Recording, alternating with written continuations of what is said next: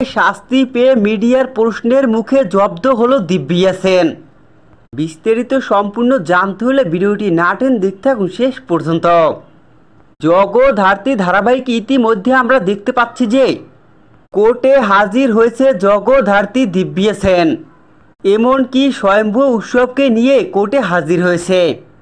কিন্তু দিব্যা সেন কোর্ট থেকে বেকসুর খালাস পাওয়ার জন্য ডক্টর সেনের পুত্রবধূ তার সন্তানকে গুন্ডা দিয়ে গান পয়েন্টে রাখে, যাতে ডক্টর সেন কোর্টে মিথ্যে কথা বলে।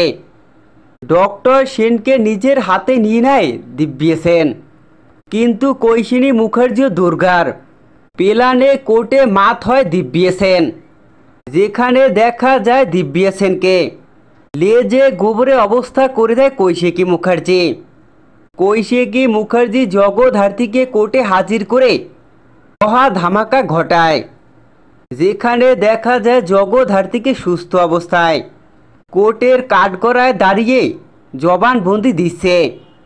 জগদ্ধাত্রীর জবানবন্দির উপরে ভিত্তি করে কোর্টে কঠিন শাস্তি পায় দিব্যা সেন।